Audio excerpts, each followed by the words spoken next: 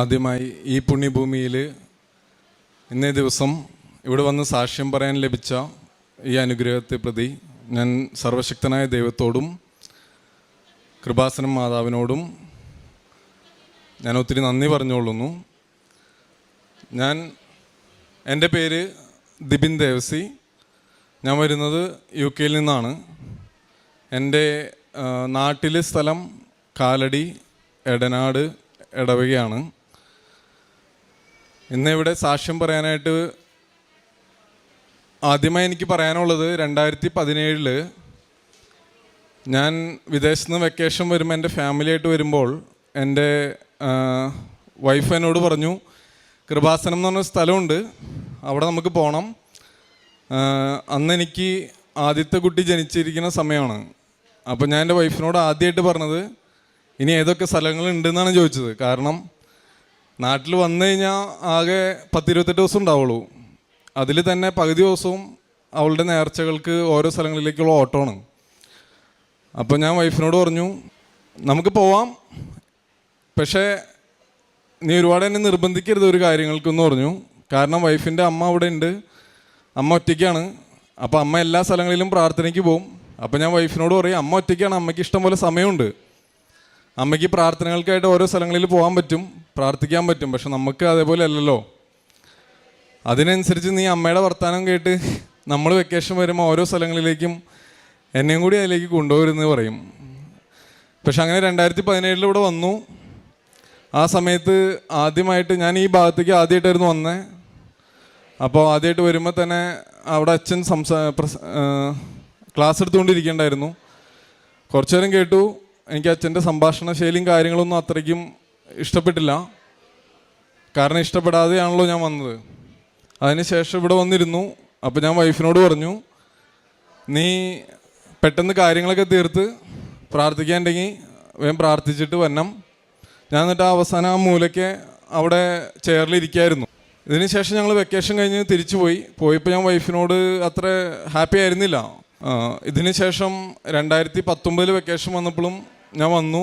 അന്ന് എൻ്റെ കൂടെ രണ്ടാമത്തെ കുട്ടിയുണ്ട്. 2020 ഞാൻ വിദേശത്തായിരുന്നല്ലോ എന്ന് പറഞ്ഞല്ലോ. അപ്പോൾ 2019 വരുമ്പോൾ രണ്ടാമത്തെ കുട്ടിയും ജനിച്ചു. വേറെ കോംപ്ലിക്കേഷൻസ് ഒന്നുമില്ല. പക്ഷേ മൂന്നാമത്തെ കുട്ടി ജനിക്കുമ്പോൾ എൻ്റെ ആഗ്രഹം, എൻ്റെ ജോലി എന്ന് പറയുന്നത് ആദ്യത്തെ ഒരു 7 വർഷം ഞാൻ ദുബായ് ആൻഡ് അബുദാബി ആയിരുന്നു. അപ്പോൾ അവിടെ ഒരു ഹോട്ടലിൽ ആണ് വർക്ക് ചെയ്തത്. അപ്പോൾ അവിടെ നിന്ന് പിന്നെ ഒരു എയർലൈനിലേക്ക് ക്യാബിൻ ക്രൂ ഇൻചാർജായിട്ട് മാറി, അതിലേക്ക് ജോലിക്ക് കയറി. അപ്പോൾ ഇതിലൊക്കെ ലൈഫ് എന്ന് പറയുന്നത് എപ്പോഴും ഒരു അടിച്ചുപൊളിയായിരുന്നു. അടിച്ചുപൊളി എന്ന് പറഞ്ഞാൽ തീരെ ഞാൻ പ്രാർത്ഥിക്കും, പള്ളിയിൽ പോവും, എല്ലാം ചെയ്യും. അങ്ങനെ തെറ്റായിട്ടുള്ളൊരു കാര്യങ്ങളും ചെയ്യുന്നില്ലെങ്കിൽ കൂടി നമ്മൾ ഈ അമ്മമാരുടെ പ്രാർത്ഥനയുടെ ആ ഒരു നമ്മൾ ആ സമയത്തൊന്നും ഒരു അപ്പനായിട്ടില്ല, അത്രയും മെച്യൂർഡായിട്ടില്ല. അപ്പോൾ അത്രയും ഓരോരുത്തരും കണ്ണീരൊഴുക്കി പ്രാർത്ഥിക്കുമ്പോഴും അതിൻ്റെ ആ ഒരു വലിപ്പം എനിക്കറിയില്ലായിരുന്നു, അതിൻ്റെ ഒരു ആഴം അറിയില്ലായിരുന്നു. ഓരോരോ ആവശ്യങ്ങൾക്ക് ഇപ്പോൾ നമ്മുടെ കുടുംബത്തിൽ മക്കളായിട്ട് IELTS പഠിക്കണമെന്നോ ജോലിക്ക് അന്വേഷിക്കുമ്പോൾ ഒക്കെ മാതാപിതാക്കളായിരിക്കും മക്കളെക്കാളും ഇരട്ടിയായിട്ട് പ്രാർത്ഥിക്കണേ. അപ്പോൾ ഇതെല്ലാം കഴിഞ്ഞ് 2020 എൻ്റെ ജോലി നഷ്ടപ്പെട്ടു. അപ്പോൾ ആ നഷ്ടപ്പെടുന്ന സമയത്ത് എനിക്ക് കാര്യമായൊന്നും തോന്നിയില്ല ഉള്ളിൽ. കാരണം എൻ്റെ കൂട്ടുകാരും നാട്ടിലേക്ക് വന്നില്ല. പക്ഷെ ഞാൻ പാട്ടും പാടി നാട്ടിലേക്ക് വന്നു. കാരണം എൻ്റെ ആഗ്രഹം കുടുംബത്തോടുകൂടി ഒന്ന് നിൽക്കണമെന്നായിരുന്നു. മൂന്നാമത് കുട്ടി ജനിച്ചത് 2020 ഓഗസ്റ്റിലാണ്. കൊറോണ സമയത്തായിരുന്നു. അപ്പോൾ ഒത്തിരി കോംപ്ലിക്കേറ്റഡ് ആയിരുന്നു. അപ്പോഴാണ് ഞാൻ പ്രാർത്ഥനയിലേക്ക് ഒത്തിരി ആഗ്രഹിച്ച് വൈഫിൻ്റെ എന്താണ് കൃപാസനം, ആ ബുക്കുകളൊക്കെ എടുത്ത് പയ്യെ നോക്കി വായിച്ചു. അതിനുശേഷം നാട്ടിൽ വന്നതിന് ശേഷം ഇവിടെ വന്നു, പ്രാർത്ഥിച്ചു. പക്ഷെ അന്ന് എൻ്റെ പ്രാർത്ഥനയിൽ വ്യത്യാസം വന്നു. അന്നിവിടെ വരുന്നത് എന്തിനാണെന്ന് എനിക്ക് മനസ്സിലാക്കാനുള്ളൊരു ആരംഭമായിരുന്നു അത്. പക്ഷെ വന്ന് 1 മാസം, 2ാമത്തെ മാസം തന്നെ വിദേശത്തേക്ക് പോകാനുള്ള അടുത്ത വഴികൾ നോക്കി വെച്ചിരുന്നു. 2022 ആദ്യം വൈഫും തൊട്ടുപുറകെ ഞാനും വിദേശത്തേക്ക് പോകുന്നു. അവിടെ ചെന്ന് ജോലി അന്വേഷിക്കുന്നു. പെട്ടെന്ന് ജോലി കിട്ടുന്നു. അപ്പോഴൊക്കെ എന്നിലുള്ള ഞാൻ എന്ന ഭാവം, ഓവർ കോൺഫിഡൻസ്, അത് എന്നിൽ വർദ്ധിക്കാൻ തുടങ്ങി. കാരണം എവിടെ ജോലി അപ്ലൈ ചെയ്താലും എനിക്കത് കിട്ടാൻ തുടങ്ങി.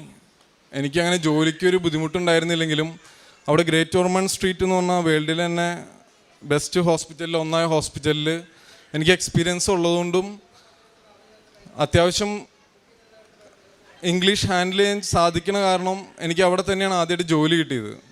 അപ്പോൾ അവിടെ ജോലി കിട്ടി. അവിടെ ജോലി ചെയ്യുമ്പോഴാണ് ഞാൻ ഈ യാഥാർത്ഥ്യങ്ങൾ മനസ്സിലാക്കാൻ തുടങ്ങിയത്. കാരണം അത്രയും നാൾ ഹോസ്പിറ്റലിൽ വർക്ക് ചെയ്തുള്ള, എയർലൈനിലും ഹോട്ടലിലുമാണ് വർക്ക് ചെയ്തിട്ടുള്ളത്. അന്നാണ് പ്രാർത്ഥനയിലേക്ക് ശരിക്കും ഓരോ കുട്ടികളും അനുഭവിക്കണ ഓരോരോ ബുദ്ധിമുട്ടുകൾ, അവരുടെ രോഗങ്ങൾ, ഇതെല്ലാം കണ്ടപ്പോഴാണ് ഇതിൻ്റെ വലിപ്പം, യാഥാർത്ഥ്യ ജീവിതം എന്താണെന്നും യാഥാർത്ഥ്യം എന്താണെന്നും എനിക്ക് മനസ്സിലായത്.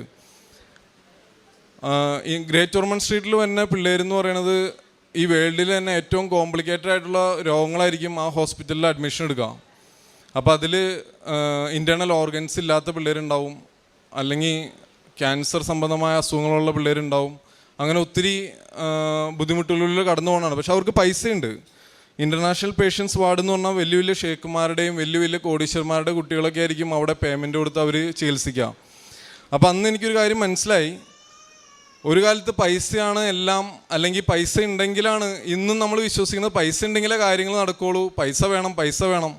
പക്ഷെ ആ ഒരു ഹോസ്പിറ്റലിലെ റൂമിൽ അവരെല്ലാം പൈസക്കാരാ, പക്ഷെ അവരുടെ ഉള്ള ഒരു പിഞ്ചോമന എന്ന് പറയണത് അവർക്ക് ആറ്റുനോറ്റിരുന്ന് കിട്ടിയതായിരിക്കും. പക്ഷേ ആ കുട്ടികളിൽ നിന്ന് എടുത്ത് താലോലിക്കാനോ അവരുടെ കൂടെ ഓടിക്കളിക്കാനോ മാതാപിതാക്കൾക്ക് സാധിക്കാത്തൊരവസ്ഥ എന്നെ ഒത്തിരിയധികം ചിന്തിപ്പിച്ചു. ഇനി അങ്ങോട്ട് മുന്നോട്ടാണ് ഈ ഹെൽത്ത് കെയറിൽ തന്നെ ജോലി ചെയ്യണമെന്നും ഒരാഗ്രഹം എന്നിൽ വന്നു. ഇതിന് ശേഷം ഈ സാക്ഷ്യം പറയുന്ന മെയിൻ സാക്ഷ്യങ്ങൾ എന്തെന്ന് ചോദിച്ചാൽ, ഇതിന് ശേഷം ഒരു ദിവസം എൻ്റെ കുട്ടിക്ക്, രണ്ടാമത്തെ കുട്ടിക്ക് 40 ഡിഗ്രി പനി. അന്നേ ദിവസമാണ് എൻ്റെ ചേച്ചി മിഡ്ലാൻഡ്സിൽ, മാഞ്ചസ്റ്ററിൽ നിന്നും എൻ്റെ വീട്ടിലേക്ക് ലണ്ടനിലേക്ക് ജസ്റ്റ് ഒരു വിസിറ്റിന് വരാണ്. 2 വർഷത്തെ എൻ്റെ ചേച്ചി എന്നെ കാണാൻ വന്നതാണ് ഒറ്റയ്ക്ക്. അതും എൻ്റെ ചേച്ചി ഒത്തിരി ദൈവത്തിൽ ആശ്രയിക്കുന്ന, പ്രാർത്ഥിക്കുന്ന, മുടങ്ങാതെ കുർബാന കാണാൻ ശ്രമിക്കുന്ന ഒരു വ്യക്തിയാണ്. എൻ്റെ ചേച്ചി എന്നെ കാണാൻ വന്ന ദിവസം രാത്രി 8:30 വരെ ഞങ്ങൾ കുക്ക് ചെയ്യണു, സംസാരിക്കണു, എല്ലാം ചെയ്തെങ്കിലും രാത്രി ഒരു 9 മണിയായപ്പോൾ എൻ്റെ കുട്ടിക്ക് 40 ഡിഗ്രി പനി. ആ പനി പിടിച്ച് അവനെയും കൊണ്ട് ഞങ്ങൾ ANEയിലേക്ക് ഓടിച്ചെന്നു. അവിടെ ഒരു ഹോൾ നൈറ്റ് വെയിറ്റ് ചെയ്തു. ഡോക്ടർ പറഞ്ഞു നമുക്ക് കിഡ്നി ഒന്ന് ടെസ്റ്റ് ചെയ്യണം. അതിനുശേഷം എന്നെ വീട്ടിലേക്ക് കാൽപോളും ന്യൂറോഫിനും മാറി മാറി തരും അവിടെ. അതെല്ലാം കൊടുത്തിട്ടും പനി കുറയുള്ള, തോളത്ത് കിടക്കാണ്, ഇവിടെ എല്ലാം ചുട്ടുപൊള്ളാണ്. അപ്പോൾ കൃപാസനത്തിൽ വന്നെങ്കിലും കൃപാസനത്തിൽ എൻ്റെ വൈഫ് പറയും, ദിബിനൊന്ന് ഉടമ്പടി എടുത്തു നോക്ക്, എടുക്കാൻ പാടില്ലേ. അപ്പോൾ എനിക്ക് അവളുടെ ഏത് നേരവും പ്രാർത്ഥനയും കാര്യങ്ങളും കാണുമ്പോൾ അവളോട് ഞാൻ പറയും, താൻ ബാധി ദൈവം ബാധി. നമ്മൾ 6 നിയോഗം എഴുതിയിട്ട് ഇനിയും ദൈവം തരും, ഈ 6 നിയോഗങ്ങളൊന്നും കരുതി പ്രയത്നിക്കാതിരുന്നിട്ട് കാര്യമില്ല. അപ്പോൾ ഞാൻ വൈഫിനെ എപ്പോഴും ഉപദേശമാണ്, നീ ഇത്രയും സമയം സ്പെൻഡ് ചെയ്യണത് നീ പ്രവർത്തിക്കാനായിട്ട് ഉപയോഗിക്കുക. ഇതായിരുന്നു. അപ്പോൾ ഈ പനി എന്തായാലും കുറയണില്ല. പനി കുറയാതെ വന്ന സമയത്ത് ഞാനപ്പോൾ തമാശയ്ക്ക് പറഞ്ഞു, ഇത് ഞാൻ മുട്ടുകുത്താൻ വേണ്ടിയിട്ടാണ്, ദൈവത്തിലേക്ക് അടുക്കാൻ വേണ്ടിയിട്ടായിരിക്കും, മാതാവിലേക്ക് അടുക്കാൻ വേണ്ടിയിട്ടായിരിക്കും. അറിവില്ലായ്മ കൊണ്ടാണെങ്കിലും അറിഞ്ഞാണെങ്കിലും ഞാൻ പലതും പറഞ്ഞതാണല്ലോ. ഞാൻ എന്നിട്ട് ഈ പനി മാറുന്നില്ല, എൻ്റെ സിസ്റ്റർ തിരിച്ചു പോയി. അപ്പോൾ ഒരു ദൈവനിയോഗം എന്ന പോലെ ചേച്ചി ആ ദിവസം അവിടെ വരാനും എനിക്കൊരു സപ്പോർട്ടായിരുന്നു. ചേച്ചി പറഞ്ഞ കാരണമാണ് ഹോസ്പിറ്റലിൽ പോയതും.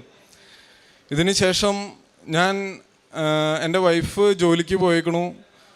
ഞാൻ എന്നിട്ട് പനി പിടിച്ച് കുട്ടി മുകളിൽ റൂമിൽ കിടക്കണു. ഞാൻ നേരെ വന്ന് മാതാവിൻ്റെ തൈലം എടുക്കുകയും ഞാൻ എന്നിട്ട് മുട്ടുകുത്തി മാപ്പ അപേക്ഷിച്ചു, ഞാൻ പറഞ്ഞു പോയതിനെല്ലാം എന്നോട് ക്ഷമിക്കണേ.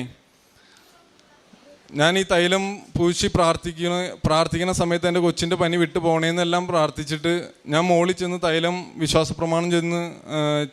വിശ്വാസപ്രമാണം ചൊല്ലി തൈലം പുരട്ടി. തൈലം പുരട്ടുമ്പോൾ അതിനുശേഷം ഞാൻ ടെമ്പറേച്ചർ നോക്കുമ്പോൾ എൻ്റെ കുട്ടിക്ക് 36 ടെമ്പറേച്ചർ കണ്ടത്.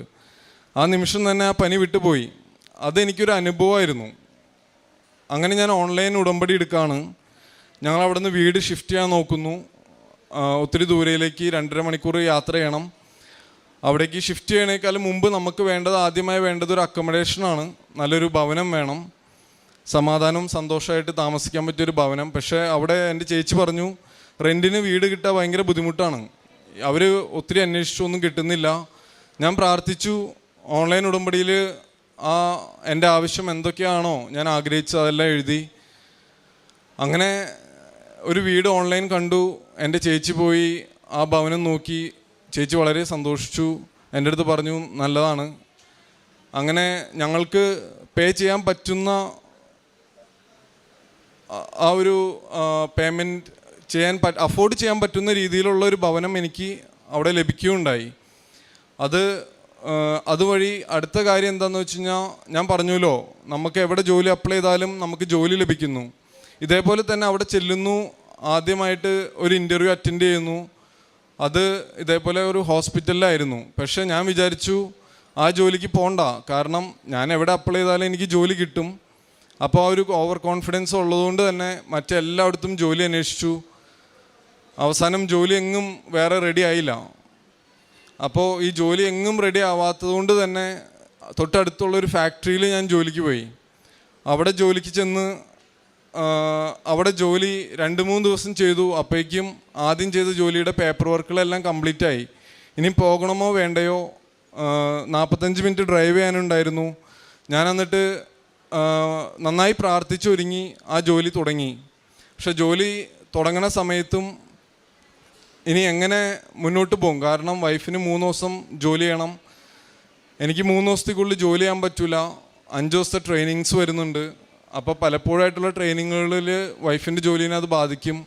ആ സമയത്ത് വൈഫിൻ്റെ അമ്മ വരാമെന്ന് പറയുകയും അത് മാതാവ് എനിക്ക് ആ ജോലി ചെയ്യാൻ പറ്റുന്ന രീതിയിലും അതോടൊപ്പം തന്നെ ആ സാഹചര്യങ്ങൾ എനിക്ക് ആ ജോലിക്ക് വേണ്ടിയിട്ട് ഒരുക്കി തന്നു. അത് വലിയൊരു അത്ഭുതമായി കാണുന്നു. കാരണം വിൻ്റർ ആയിരുന്നു UK. ആ സമയത്ത് ഞാൻ താമസിക്കുന്ന സ്ഥലത്ത് മഞ്ഞൊക്കെ വീഴുന്ന സ്ഥലമാണ്. മമ്മി വരുമെന്ന് ഒട്ടും പ്രതീക്ഷിച്ചില്ല. എങ്കിലും മമ്മി അവിടെ വരികയുണ്ടായി. ഞാൻ മമ്മീനെയും കൊണ്ടാണ് ഇപ്പോൾ തിരിച്ചു വന്നത്. അപ്പോൾ കഴിഞ്ഞ വർഷം ഉടമ്പടിയിലെടുത്ത സാക്ഷ്യത്തിന് ശേഷം, ഉടമ്പടി ഓൺലൈൻ എടുത്തതിന് ശേഷം ഞാൻ light day candle prayer continuous ആയിട്ട് ചെയ്തു വരുന്നു. കാരണം വീണ്ടും ഞാൻ അത് പുതുക്കാൻ ഓൺലൈൻ നോക്കുമ്പോൾ അത് സാധിച്ചിരുന്നില്ല. അതിനുശേഷം എനിക്ക് ഒരു കാര്യം കൂടി മനസ്സിലായി. നമ്മൾ വെറുതെ ഇരുന്നിട്ട് ഓൺലൈനിൽ ഉടമ്പടി എന്നാൽ ഓൺലൈൻ ചെയ്തേക്കാം എന്ന് കരുതി വെറുതെ നമ്മൾ ഓൺലൈനിൽ 6 നിയമങ്ങൾ ടൈപ്പ് ചെയ്ത് സബ്മിറ്റ് ചെയ്താൽ സബ്മിറ്റ് ആവില്ല എന്ന് എനിക്ക് മനസ്സിലായി. എപ്പോഴൊക്കെയാണോ ലൈറ്റ് ഡേ ക്യാൻഡിൽ പ്രെയറും ഒരു പ്രാവശ്യം ഓൺലൈൻ ഉടമ്പടി എടുത്തിട്ടുള്ളെങ്കിൽ കൂടിയും അതെടുക്കണ സമയത്ത് നന്നായിട്ട് പ്രാർത്ഥിച്ച് കുമ്പസാരിച്ച് ഒരുങ്ങിയിട്ടല്ലാതെ എനിക്കത് എടുക്കാൻ സാധിച്ചിട്ടുണ്ടായിരുന്നില്ല. ഇതിനുശേഷം അപ്പോൾ ജോലി സെറ്റായി, കുട്ടിയുടെ പനി മാറി, അവിടെ ചെന്ന് വീട് കിട്ടി. ഇതിന് ശേഷം എന്താ സംഭവിച്ചെന്ന് വെച്ച് കഴിഞ്ഞാൽ എനിക്ക് ബോഡി പെയിൻ ആ സമയത്ത് ഈ ഫാക്ടറിയിൽ ജോലിക്ക് പോയ 2-3 ദിവസം ചെയ്തു. അപ്പോൾ എനിക്ക് ബോഡി പെയിൻ വന്നു, വെയിറ്റ് എടുക്കേണ്ട വന്നു. ഞാനപ്പോൾ ആ ജോലി വേണ്ടെന്ന് വെച്ചു. കാരണം എനിക്ക് അടുത്ത ജോലി പിറ്റത്താഴ്ച തന്നെ ജോയിൻ ചെയ്യണമായിരുന്നു. പക്ഷെ എന്താണെന്ന് അറിയണമായിരുന്നു, അതിനാണ് പോയത്. പക്ഷേ ഈ ബോഡി പെയിൻ വന്ന് അടുത്തുള്ള GP പോയിട്ട് ഞാൻ കാര്യങ്ങളൊക്കെ തമാശ രൂപേണ പറയാണ്. അപ്പോൾ GP എല്ലാം കേട്ടിട്ട് ബ്ലഡ് ടെസ്റ്റ് ചെയ്യണമെന്ന് പറഞ്ഞു. ബ്ലഡ് ടെസ്റ്റ് ചെയ്ത സമയത്ത് ഈ ബ്ലഡ് ടെസ്റ്റിൻ്റെ റിസൾട്ട് വന്നപ്പോൾ ആ തമാശയെല്ലാം മാറി. കാരണം GP വിളിച്ചിട്ട് എൻ്റെ അടുത്ത് വളരെ ഫ്രണ്ട്ലി ആയിട്ട് പറയാണ്, ഹായ് ദിബിൻ, എനിക്ക് തോന്നുന്നത് ബ്ലഡ് ക്യാൻസർ ആയിട്ടാണ് തോന്നണേ. അപ്പോൾ നമുക്ക് വേണമെങ്കിൽ അടുത്ത റെഫറൻസ് നമുക്ക് ഹീമറ്റോളജിയിലേക്ക് ചെയ്യാമെന്ന്. അപ്പോൾ ഷോപ്പിംഗ് സെൻ്റർ ആയിരുന്നു എൻ്റെ അടുത്ത് വളരെ തമാശ രൂപേണ, വൈഫ് കൂടെ ഉണ്ട്. GP എൻ്റെ അടുത്ത് പറഞ്ഞു, എനിക്ക് തോന്നുന്നത് ബ്ലഡ് ക്യാൻസർ ആണ് ദിബിൻ, അങ്ങനെയാണ് തോന്നണേ നിൻ്റെ റിസൾട്ട് കണ്ടിട്ടെന്ന്. അത് ആ സമയത്ത് എനിക്ക് പെട്ടെന്ന് അത് ഉൾക്കൊള്ളാൻ സാധിച്ചില്ല. കാരണം നമ്മൾ ഇവിടെ വരുമ്പോഴും എവിടെ പോകുമ്പോഴും നമ്മൾ കേട്ടിട്ടുണ്ട് മറ്റൊരാൾക്ക് ആക്സിഡൻ്റ് ഉണ്ടായി, മറ്റൊരാൾക്ക് ബ്ലഡ് ക്യാൻസർ വന്നു, മറ്റൊരാൾക്ക് അത് സംഭവിച്ചു, ഇത് സംഭവിച്ചു, ബുദ്ധിമുട്ടുകളാണ്. അപ്പോഴൊക്കെ ചിലപ്പോൾ ചിലർ പറയായിരിക്കും പ്രാർത്ഥിക്കാം. പക്ഷേ ഇത് അവനവന് വരുമ്പോഴാണ് ഇതിൻ്റെ ഒരു ഡെപ്ത്, ഇത് എത്രത്തോളം ആഴത്തിലുള്ള കേസുകളാണെന്ന് മനസ്സിലാവണത്. ഇതിനിപ്പോൾ ഒരു ക്യാൻസർ വന്നം എന്ന് കേൾക്കണമെന്നില്ല, ഒരു തലവേദന ആയിക്കോട്ടെ, വന്നവനാണ് അതിൻ്റെ ബുദ്ധിമുട്ട് അറിയുള്ളൂ അല്ലേ. അപ്പോൾ ഞാൻ ആ നിമിഷം അത് പെട്ടെന്ന് ഉൾക്കൊണ്ടില്ലെങ്കിലും വീട്ടിൽ ചെന്ന് അതൊരു ആഴ്ച എടുത്തു എനിക്കൊന്ന്.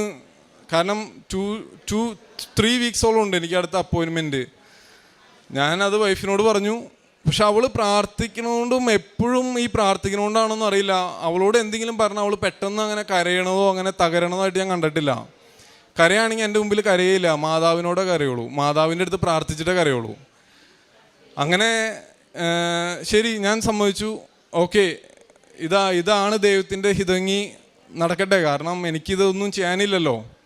അപ്പം നമുക്ക് ഇതിൻ്റെ ട്രീറ്റ്മെൻറ്റോ കാര്യങ്ങളോ അങ്ങനെയാണെന്ന് വെച്ച് കഴിഞ്ഞാൽ മുന്നോട്ട് പോകാം. അപ്പോൾ എനിക്കറിയാം എൻ്റെ ഒരു ആൻറ്റിക്ക് ഇത് വന്ന് ഇതല്ല വന്നതാണ്, പക്ഷേ ഇതേപോലെ ഒരു അസുഖം വന്നിട്ട് വളരെ കോൺഫിഡൻറ്റോടുകൂടി ആൻറ്റി എൻ്റെ അടുത്ത് പറഞ്ഞു, ദിബിനെ ഇതെല്ലാം ദൈവത്തിൻ്റെ കയ്യിലാണ്. അപ്പോൾ ഞാനും വിചാരിച്ചു, ദൈവം, എൻ്റെ അമ്മ എപ്പോഴും പറയും, ദൈവം അറിയാതെയും അനുവദിക്കാതെയും നിൻ്റെ ജീവിതത്തിൽ ഒന്നും സംഭവിക്കില്ല എന്ന്. അപ്പോൾ ഈ കഴിഞ്ഞ 1.5 വർഷമായിട്ട് എന്നും എൻ്റെ മനസ്സിൽ ഇതിങ്ങനെ വന്നുകൊണ്ടിരിക്കും, ദൈവം അറിയാതെയും അനുവദിക്കാതെയും നിൻ്റെ ജീവിതത്തിൽ ഒന്നും തന്നെ സംഭവിക്കില്ല. ഇതെപ്പോഴും നമ്മളിങ്ങനെ ഇത് 1.5 വർഷമായിട്ട് എൻ്റെ ഉള്ളിലിങ്ങനെ എപ്പോഴും ഞാൻ പറഞ്ഞുകൊണ്ടിരിക്കുന്ന ഒരു കാര്യമാണ്. അങ്ങനെ ഇതിൻ്റെ റിസൾട്ട് വന്നു. ഞാൻ ഹെമറ്റോളജിയിൽ ഡോക്ടറെ കാണാൻ പോയി. അവിടെ ചെന്നിരുന്നപ്പോഴാണ് എനിക്ക് അതിൻ്റെ കുറച്ചുകൂടി ആഴം മനസ്സിലായത്. എല്ലാവരും ഒരു 55 വയസ്സിന് മേലെ പ്രായമുള്ളവരാണ്, മിക്കവർക്കും മുടിയൊന്നുമില്ല. അപ്പോൾ തൊട്ടവിടെ ഒരു വിഗിൻ്റെ കടയുണ്ട്. അപ്പോഴാണ് ഞാൻ ശരിക്കും പറഞ്ഞാൽ പിള്ളേരെ കുറിച്ചും അതിൻ്റെ ഒരു റിയാലിറ്റിയിലേക്ക് കടന്നോ, ദൈവമേ ഒരു ചാൻസ് പ്ലീസ്, അങ്ങനെ ചിന്തിച്ചത്. പക്ഷെ ഡോക്ടറെ കണ്ടു. ഡോക്ടർ പറഞ്ഞു, നമുക്ക് ബ്ലഡ് ടെസ്റ്റ് ഇപ്പോൾ തന്നെ ചെയ്യണം, നീ സ്പെഷ്യൽ പാത്ത് വേ കൂടെ വന്നുകൊണ്ടാണ് നിനക്ക് പെട്ടെന്ന് നിനക്ക് കാണാൻ സാധിച്ചത്. അന്ന് നമുക്കിതിൻ്റെ പെട്ടെന്ന് തന്നെ ഇതിൻ്റെ റിസൾട്ട് നോക്കിയിട്ട് ഒരു തീരുമാനം പറയാമെന്ന് പറഞ്ഞു. ഞാൻ എല്ലാ കാര്യവും വളരെ ഓപ്പണായിട്ട് ഡോക്ടറോട് പറഞ്ഞു. ഡോക്ടർ ബ്ലഡ് ടെസ്റ്റുകളെല്ലാം നടത്തി. അത് കഴിഞ്ഞ് വീണ്ടും 1 വീക്ക് 2 വീക്സോളം എടുത്തു എൻ്റെ റിസൾട്ട് വരാൻ. അപ്പോൾ റിസൾട്ടിൽ പറയണത് എന്താണെന്ന് വെച്ച് കഴിഞ്ഞാൽ ഡോക്ടർ സൈൻ ഓഫ് ചെയ്തു. എന്നിട്ട് പറഞ്ഞു, നമുക്ക് വൈറ്റമിൻ ഡി അല്ലെങ്കിൽ അത്തരത്തിലുള്ള ഒരു ടെസ്റ്റുകൾ കൂടി നടത്താം, നിനക്ക് ക്യാൻസറിൻ്റേതായിട്ടുള്ള ഒരു ലക്ഷണങ്ങളും അല്ലെങ്കിൽ അതിൻ്റേതായിട്ട് സ്ഥിരീകരിക്കാവുന്ന ഒരു കാരണങ്ങളും ഇല്ല എന്നാണ് അതിൽ പറയണത്. അപ്പോൾ അത് ആ സമയത്ത് അറിയാലോ, എല്ലാവരെ പോലെ കൂടെ നമ്മൾ ദൈവത്തോട് ഏറ്റവും കൂടുതൽ ചേരണ സമയമാണ് നമുക്ക് ബുദ്ധിമുട്ടുകൾ വരുമ്പോൾ. ആ ബുദ്ധിമുട്ടുകളുടെ കാലം കഴിയുമ്പോൾ നമ്മൾ വീണ്ടും കംഫർട്ട് സോണിലേക്ക് പോകും, പിന്നെ പേരിന് മാത്രമേ മാറും. അപ്പോൾ എൻ്റെ ഈ സാക്ഷ്യത്തിൽ എനിക്ക് തോന്നുന്നു ഏറ്റവും വലിയൊരു സാക്ഷ്യമാണ് അത്. കാരണം അതിലൂടെ കടന്നു പോയവർക്കറിയാം അതിൻ്റെ വലിപ്പം എത്രമാത്രമാണെന്ന്. ഇതിന് ശേഷം അതല്ലെന്ന് സ്ഥിരീകരിച്ചു. അപ്പോൾ എൻ്റെ ഞാൻ കാറിനെ കുറിച്ച് പറഞ്ഞിരുന്നില്ല. അപ്പോൾ കാറ് എനിക്ക് മാറ്റണമെന്നുണ്ടായിരുന്നു എൻ്റെ കാറ്. അപ്പോൾ ഈ കാറെന്ന് പറയുന്നത് ഒരു 20 ഇയേഴ്സോളം പഴക്കമുള്ള ഒരു കാറാണ്. എങ്കിലും നല്ല കാറാണെങ്കിലും അതിൻ്റെ ഓട്ടോമാറ്റിക് ആയതുകൊണ്ട് തന്നെ ആ ഗിയറുകളുടെ ഷിഫ്റ്റിങ്ങും കാര്യങ്ങളെല്ലാം പ്രോപ്പറായിട്ട് മാറുന്നുണ്ടായിരുന്നില്ല. അപ്പോൾ ഞാൻ മനസ്സിൽ പറഞ്ഞു, ഓൺലൈൻ ഈ ലൈറ്റ് ഡേ ക്യാൻഡിലിൽ ഞാൻ മെൻഷൻ ചെയ്തിരുന്നു, എനിക്ക് നല്ലൊരു കാറ് വേണം മാതാവേ. പക്ഷേ എൻ്റെ ഇപ്പോൾ ഉള്ള വണ്ടി എനിക്ക് മറ്റൊരാൾക്ക് കൊടുക്കാൻ എനിക്ക് മനസ്സ് വരുന്നില്ല, മറ്റൊരാൾ ഉപയോഗിക്കണമെന്നും ഞാൻ ആഗ്രഹിക്കുന്നില്ല. കാരണം ചെറിയൊരു വണ്ടി, അത് പഴക്കം ചെന്ന വണ്ടി വാങ്ങിക്കുന്നത് തീർച്ചയായിട്ടും ഒരുപാട് സാലറിയോ അല്ലെങ്കിൽ അതിന് മാത്രം സാമ്പത്തികമുള്ള ഒരാളായിരിക്കില്ല. പക്ഷെ ആ വണ്ടി മനസ്സറിഞ്ഞ് എനിക്കൊരാളും വാങ്ങിക്കണമെന്ന് ആഗ്രഹിക്കാത്തത് കൊണ്ട് ഞാൻ മാതാവിനോട് പറഞ്ഞു, ഇതിന് ഒരു വഴി നീ കാട്ടി തന്നെ ഈ വണ്ടിയൊന്ന് മാറ്റാൻ. ഞാൻ ഡ്യൂട്ടിക്ക് പോകായിരുന്നു. ഒരു സിഗ്നലിൻ്റെ നടുക്ക് എത്തിക്കഴിഞ്ഞപ്പോൾ പെട്ടെന്ന് റൈറ്റിൽ നിന്ന് ഒരു കാറ് വന്ന് ഒറ്റയിടി. അന്ന് വരെ ആക്സിഡൻ്റ് എന്താണെന്ന് ഞാൻ കണ്ടിട്ടില്ല, പക്ഷെ കേട്ടിട്ടുണ്ട്. അതിൻ്റെ വലിപ്പം അറിയില്ലായിരുന്നു. പിന്നീടുണ്ടായ അരമണിക്കൂർ ഞാൻ അവിടെ ഇരുന്ന് ഉരുകായിരുന്നു. പക്ഷെ ഞാൻ അവിടെ പറഞ്ഞൊരു കാര്യം, അവിടെ ആക്സിഡൻറ്റുകൾ സംഭവിക്കുമ്പോൾ നമ്മൾ പോലീസിനെ വിളിക്കുകയോ അവിടെ സഹായിക്കാൻ റോട്ടിലൂടെ ആൾക്കാർ വന്ന് സഹായിക്കുകയോ അല്ല, നമ്മൾ ഇൻഷുറൻസിനെ നേരിട്ട് വിളിക്കുകയാണ് ചെയ്യണേ. ഞാൻ പറഞ്ഞു, എൻ്റെ മാതാവേ, എനിക്ക് എൻ്റെ കാര്യങ്ങളെല്ലാം നടത്തി തന്നെ സംഭവിച്ചു. ആ ഇടിച്ച ആൾ വന്ന് ഡോറ് നോക്ക് ചെയ്തിട്ട് തുറക്കാൻ പറ്റുന്നില്ല. അപ്പുറ സൈഡിൽ വന്ന് എനിക്ക് എഴുതി തന്നിട്ട് എൻ്റെ അടുത്ത് പറഞ്ഞു, നീ ഇൻഷുറൻസിനെ വിളിച്ചാൽ മതി. അവിടുന്ന് അങ്ങോട്ടുള്ള എല്ലാ കാര്യങ്ങളും 3-ാമത്തെ ദിവസം എനിക്ക് എൻ്റെ കാറിൻ്റെ പേയ്മെൻറ്റ് കിട്ടി. ഞാൻ അറിയാവുന്ന എൻ്റെ കൂട്ടുകാരോട് പറഞ്ഞു, എൻ്റെ ആ കാറിന് കിട്ടാവുന്നതിനേക്കാളും കൂടുതൽ മാർക്കറ്റ് വാല്യൂ അവിടെ കിട്ടി. അങ്ങനെ ഞാനും എൻ്റെ വൈഫും മനസ്സിൽ ഒട്ടും തന്നെ ചിന്തിക്കാത്ത ഒരു കാറ് ഓടിപ്പോയി വാങ്ങിക്കുകയും ആ ആക്സിഡൻറ്റ് വഴി കിട്ടിയത് ഏറ്റവും വലിയത് മാതാവിൻ്റെ സംരക്ഷണമാണ്. അത് ഞാൻ ഉറച്ചു വിശ്വസിക്കുന്നു. മാതാവിനോട് അല്ലെങ്കിൽ ഈശോനോട് നമ്മൾ മാതാവിനോട് ഉടമ്പടി, ലൈറ്റ് ഡേ ക്യാൻഡിൽ പ്രയർ, നിരന്തരമുള്ള പ്രാർത്ഥന, ഇതെല്ലാം വഴി ആണ് എനിക്ക് ആ സംരക്ഷണം കിട്ടിയതെന്ന് ഉറച്ച് വിശ്വസിക്കുന്നു. അതിനുശേഷം ഞാൻ പോയി വാങ്ങിച്ച കാറ് ഒരു ബ്ലൂ കളറായിരുന്നു. അപ്പം മമ്മി വീട്ടിലുണ്ടായിരുന്നു. മമ്മി പറഞ്ഞു, ദിബിനെ, അന്ന് ആദ്യമായിട്ട് ഇവിടെ വന്നിട്ട് എല്ലാവരും തള്ളി പറഞ്ഞു പോയ ഞാൻ പിന്നെ മാതാവിൽ വിശ്വസിക്കുന്ന പറഞ്ഞ് മമ്മി പറഞ്ഞു, ഇത് ബ്ലൂ കളർ നിനക്ക് മാതാവ് തന്നിട്ടുള്ള വണ്ടി തന്നെയാണ്. കാരണം എൻ്റെ ലിസ്റ്റിലേ ഇല്ല അങ്ങനെ ഒരു കാറ് വാങ്ങിക്കണമെന്ന്. പക്ഷേ കാറ് കണ്ട എല്ലാവരും പറഞ്ഞു അത് നല്ലൊരു കാറാണ്. തീർച്ചയായിട്ടും ഇതിൽ ദൈവിക ഇടപെടലുണ്ടായി ഈ ഒരു ട്രാൻസാക്ഷൻ, ഈ ഒരു കാര്യങ്ങളെല്ലാം നടന്നതിൽ. പലരും ഇവിടെ വന്നിട്ട് ഇപ്പോൾ അവിടെ ഇവിടെയൊക്കെ നിൽക്കണം കണ്ടപ്പോൾ ഞാൻ മനസ്സിലാലോചിച്ചു, ദൈവമേ, ആരെങ്കിലും ഇവിടെ സ്വന്തം മക്കളുടെ കൂടെ ഒരു കൂട്ടിന് വന്നതായിട്ടോ, അല്ലെങ്കിൽ ജസ്റ്റ് കൃപാസനത്തിൽ എത്തിക്കാൻ വേണ്ടി കൂടെ വന്നതായിട്ടോ, അതല്ലെങ്കിൽ ഭാര്യ നിർബന്ധിച്ചു ഇവിടെ വന്നതും ഇവിടെ കണ്ടു തിരിച്ചു പോയി, അപ്പം ഈ രീതിയിൽ ആരെങ്കിലും ഉണ്ടെങ്കിൽ തന്നെ അവരൊരു രീതിയിലും ഭയപ്പെടണ്ട. കാരണം ഈ അച്ഛൻ, ഞാൻ ആദ്യമായ ദിവസം ഇവിടെ വന്നപ്പോൾ അച്ഛൻ്റെ ഈ ഇവിടുത്തെ സാക്ഷ്യങ്ങളിലും അച്ഛൻ സംസാരിക്കുന്നതിലൊക്കെ ഒരു കാര്യം പറയുന്നുണ്ട്, ഒരു ദൈവവിളി ഇല്ലാതെ ഒരിക്കലും ഒരാൾക്കും ഈ പുണ്യഭൂമിയിൽ കാല് ചവിട്ടാൻ സാധിക്കില്ല എന്ന്. അപ്പോൾ അത് എൻ്റെ ഒരു സാക്ഷ്യം വഴി ഞാനത് വീണ്ടും പറയാണ്, നിങ്ങൾ എവിടെ ഉറങ്ങിക്കിടന്നാലും ഈ പുണ്യഭൂമിയിൽ എത്ര സംശയിച്ച് കാല് ചവിട്ടിയാലും പൈസയും ആരോഗ്യവും ഉള്ളപ്പോൾ ഇവിടെ വന്ന് കാഴ്ചക്കാരനെ പോലെ എല്ലാം കണ്ട് കാഴ്ചക്കാരനെ പോലെ തിരിച്ചു പോയാൽ പോലും പേടിക്കണ്ട. ഇവിടെ വന്നിട്ടുണ്ടെങ്കിൽ അവിടെ മാതാവ് നിങ്ങളെ സ്നേഹിക്കുന്നുണ്ട്, അവിടെ ഈശോൻ്റെയും തിരുരക്തത്തിൻ്റെയും വിശുദ്ധ കുരിശിൻ്റെയും ഒരു സംരക്ഷണം നിങ്ങളിലുണ്ട്. അത് തീർച്ചയായിട്ടും എൻ്റെ ഈ സാക്ഷ്യത്തിലൂടെ ഇവിടെ നിന്ന് എനിക്കിത് പറയാൻ സാധിക്കും. പിന്നെ ഇന്നിവിടെ സാക്ഷ്യം പറയാൻ വന്നപ്പോൾ തന്നെ എനിക്കൊരു ഡൗട്ട് ഉണ്ടായിരുന്നു, എനിക്ക് സാക്ഷ്യം പറയാൻ പറ്റുമോ ഇല്ലയോ എന്ന്. സിസ്റ്ററിനും ഒരു ചെറിയ ഡൗട്ട് തുടക്കത്തിലുണ്ടായി. പക്ഷേ ഞാൻ ഇവിടെ സാക്ഷ്യം പറയണമെന്നുള്ളതും ഇവിടെ ഈ ആൾത്താരയിൽ ഞാൻ മൈക്ക് പിടിച്ച് നിൽക്കുമെന്നുള്ളതും എനിക്ക് ഉറപ്പായിരുന്നു. കാരണം ഞാനിവിടെ ഈ സാക്ഷ്യം പറയും, ഞാൻ ഈ ലൈഫിലൂടെ എല്ലാം ഇവിടെ വന്നിട്ടുള്ള അനുഭവങ്ങളിലൂടെ കടന്നു പോയപ്പോൾ എനിക്ക് മനസ്സിലായി, എന്നെ ഇതിലൂടെ എല്ലാം ദൈവം നടത്തിക്കൊണ്ട് പോയത് മാതാവിൻ്റെ ഒരു പ്രത്യേക ദൈവത്തിൻ്റെ പദ്ധതിയാണ്. കാരണം ഇവിടെ ഇന്ന് മയക്കം പിടിച്ച് ഈ നിമിഷം ഇവിടെ നിൽക്കണം എന്നുള്ളതിന് ഒരു പ്രത്യേക പദ്ധതി ഉണ്ട്. അത് ഞാൻ ഉറച്ച് വിശ്വസിക്കുന്നു. കാരണം ഇന്നിവിടെ വരുമ്പോൾ വിദേശത്തു നിന്ന് തന്നെ ഓസ്ട്രേലിയയിൽ നിന്നുള്ള എൻ്റെ കൂട്ടുകാരനായിട്ട് വന്നതാണ്. അപ്പോൾ അവനും ഇതേപോലെ 2-3 ദിവസം കൂടി നാട്ടിലുള്ളൂ, ഞാനും 2-3 ദിവസം കൂടി ഉള്ളൂ. അപ്പോൾ അവൻ്റെ അടുത്ത് ഞാൻ പറഞ്ഞു, ഞാൻ നിന്നെ വിളിക്കണത് കൃപാസനം എന്ന് പറഞ്ഞ സ്ഥലത്തേക്ക് പോകാനാണ്, നീ ഒരു ദിവസം എടുത്തോളൂ, ആലോചിച്ചോളൂ. പക്ഷെ മനസ്സില്ലാതെ ഞാൻ വിളിച്ചതിൻ്റെ പേരിൽ നീ വണ്ടി എടുത്ത് വെറുതെ എൻ്റെ കൂടെ ഒരു കമ്പനിക്ക് വേണ്ടി വരണ്ട. കാരണം ഇവിടെ എന്താണ് നടക്കണമെന്നും ഇവിടുത്തെ സിസ്റ്റം എന്താണെന്നും എല്ലാം നന്നായി എനിക്ക് മനസ്സിലായി. ആദ്യം ഇവിടെ വന്ന് ഒന്നും ഇഷ്ടപ്പെടാതെ അന്നാ ഫേസ്ബുക്കിൽ വഴിയും യൂട്യൂബ് വഴിയും ഷെയർ ചെയ്തോളൂ എന്ന് എപ്പോഴും അച്ഛൻ പറയുമ്പോഴും അല്ലെങ്കിൽ ആരെങ്കിലും പറയുമ്പോൾ ഞാൻ ചിന്തിക്കും, എത്രയോ നല്ല പരിപാടിയാ. കാരണം ഈ ഷെയറിങ് കൂട്ടാനും കണ്ടൻറ് ക്രിയേഷനും പൈസ ഉണ്ടാക്കാനും വേണ്ടിയിട്ടാണോന്ന് അന്ന് തുടക്കകാലത്ത് ഞാൻ സംശയിച്ചു പോയി. എന്നെപ്പോലെ ഒത്തിരി യൂത്തായിട്ടുള്ള ഒത്തിരി പേര് ഇങ്ങനെ ചിന്തിക്കുന്നവരുണ്ടെന്ന് എനിക്ക് ഉറപ്പാണ്. കാരണം 4 പേര് കൂടുന്നിടത്ത് ഒരിടയ്ക്ക് കൃപാസനത്തെക്കുറിച്ച് കുറ്റം പറയായിരുന്നു. അപ്പോൾ ആരെങ്കിലും പറയാണ്, കൃപാസനത്തിൽ തന്നെ പോകണമെന്നില്ല, ഇതേപോലെ എന്തോരം സ്ഥലങ്ങളുണ്ട്, ചെകുത്താൻ വരെ അത്ഭുതങ്ങൾ പ്രവർത്തിക്കും. അപ്പം ഞാനും പറയും, ശരിയാ, ചെകുത്താനും വരെ അത്ഭുതങ്ങൾ പ്രവർത്തിക്കും, അതിന് കൃപാസനത്തിൽ ഇപ്പോൾ അത്ഭുതങ്ങൾ നടക്കുന്നത് ഇതുകൊണ്ടായിരിക്കണമെന്നില്ലല്ലോ എന്നെല്ലാം പറഞ്ഞ് ഞാനും സപ്പോർട്ട് ചെയ്യായിരുന്നു. പക്ഷേ പിന്നീട് എനിക്ക് മനസ്സിലായി, ചിലപ്പോൾ എൻ്റെ അപ്പച്ചൻ പറഞ്ഞിട്ടുണ്ട്, നിനക്ക് പിള്ളേരുണ്ടാവുമ്പോഴാണ് ആ പിള്ളേർ വഴി ഓരോ കാര്യങ്ങൾ നമുക്ക് മനസ്സിലാവുള്ളൂ എന്നുള്ളത്. അപ്പോൾ പ്രായത്തിൻ്റെ ഒരു പ്രശ്നം എവിടെയൊക്കെയോ ഉണ്ട് നമ്മളിൽ. പിന്നെ നാടെന്ന് പറയുന്നത് ഒരു കംഫർട്ട് സോണാണ്. ഈ നാട്ടിൽ നമുക്ക് ഒന്നും വേണ്ട, ഇവിടെ വന്ന് നമുക്ക് അപ്പച്ചൻ്റെ അമ്മച്ചിയുണ്ട്, സഹോദരങ്ങളുണ്ട്, നമുക്ക് നല്ല അന്തരീക്ഷമുണ്ട്. പക്ഷെ നമ്മൾ വിദേശത്തേക്ക് പോയി കഴിഞ്ഞാൽ, ഇവിടെ ഒത്തിരി പേര് ഇരിക്കുന്നുണ്ടാവും, പ്രാർത്ഥിക്കുന്നുണ്ടാവും വിദേശത്തേക്ക് പോകാൻ. പക്ഷെ വിദേശത്തേക്ക് പോയി കഴിഞ്ഞാൽ നമ്മുടെ പ്രാർത്ഥനാ ജീവിതം ഒത്തിരി വർദ്ധിക്കും. കാരണം ഇവിടെ നമുക്കൊരു വിഷമം വരുമ്പോൾ നമ്മുടെ അമ്മ പള്ളിയിലേക്ക് ഓടും, ധ്യാനകേന്ദ്രങ്ങളിലേക്ക് ഓടും. പക്ഷെ കുട്ടികൾ എത്ര പേര് ധ്യാനകേന്ദ്രങ്ങളിലേക്ക് ഓടുന്നവരുണ്ടാവും? കാരണം അവർക്ക് ജീവിതാനുഭവം കുറവാണ്. ഈ ജീവിതാനുഭവം ഉണ്ടാവണ എപ്പോഴാണെന്ന് വെച്ച് കഴിഞ്ഞാൽ, നമ്മളായി ഒരു രാജ്യത്ത് പോയിട്ട് സ്വന്തമായിട്ട് ജീവിക്കാൻ ശ്രമിക്കുമ്പോൾ, ഒരു കുടുംബം പടുത്തുയർത്താൻ ശ്രമിക്കുമ്പോഴാണ് ഒരു കുടുംബം ഉയർത്തുന്നതിൻ്റെ വിഷമവും വേദനയും അതിൻ്റെ പ്രയാസങ്ങളും ആ സമയത്ത് നമ്മൾ തിരിച്ചറിയും. നമ്മുടെ അപ്പനില്ല, അമ്മയില്ല, ആരുമില്ല. ആരാ ഉള്ളത്?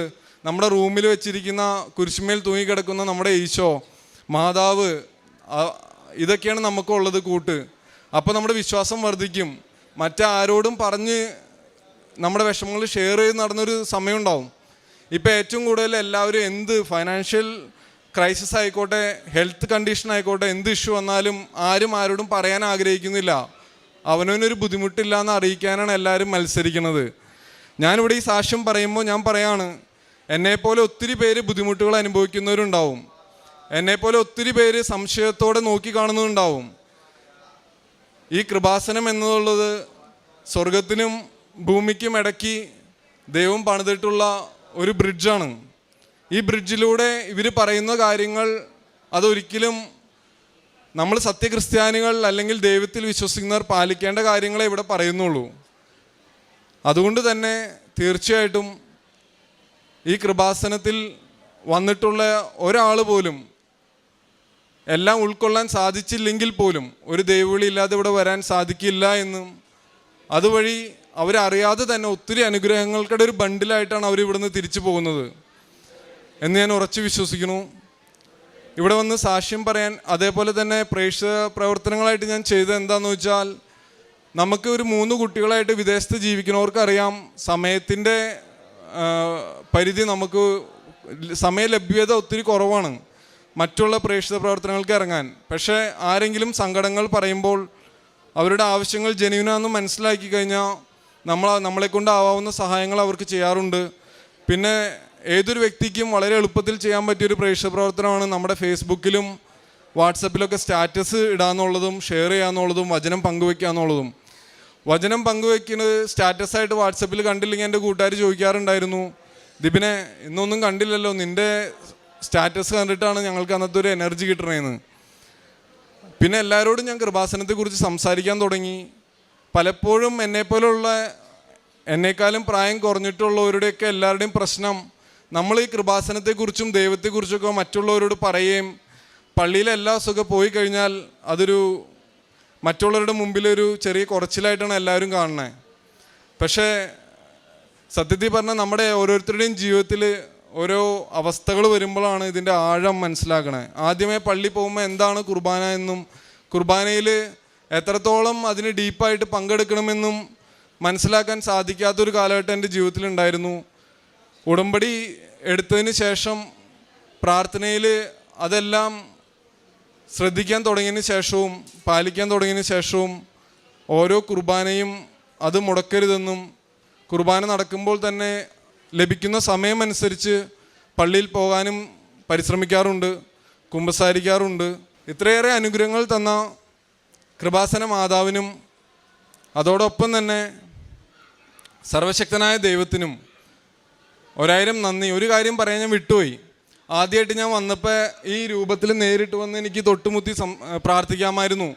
അപ്പോൾ ഒരു ചേച്ചി എന്നെ ഇവിടെ പയ്യെ പിടിച്ചൊന്ന് പുഷ് ചെയ്തിട്ട് പറഞ്ഞു, ഒരു ശ്രോസ്നാഭ വെച്ചിട്ട് വേഗം പോകാൻ പറഞ്ഞു. അപ്പോൾ അന്ന് വന്നപ്പോൾ അന്ന് പറഞ്ഞപ്പോൾ, ഇവിടെ വന്ന ആർക്കെങ്കിലും ഒരു അസൗകര്യം ഉണ്ടെങ്കിൽ നിങ്ങളതിൽ വേദനിക്കണ്ട, അതിൽ പരാതി പറയണ്ട. കാരണം ഇത്രയേറെ ജനങ്ങളെ ഇവർ അനുദിനം നിയന്ത്രിക്കുന്നതിൻ്റെ ഭാഗമായിട്ട് ഇവർക്കുള്ളിലൊരു സ്ട്രെസ് ഉണ്ടാവും. അതിൻ്റെ ഒരു ഭാഗമായി കണ്ടാൽ മാത്രം മതി. കാരണം അത് പറയാൻ കാരണം അന്ന് ഞാൻ ഒത്തിരി മിസ്അണ്ടർസ്റ്റാൻഡ് ചെയ്തു.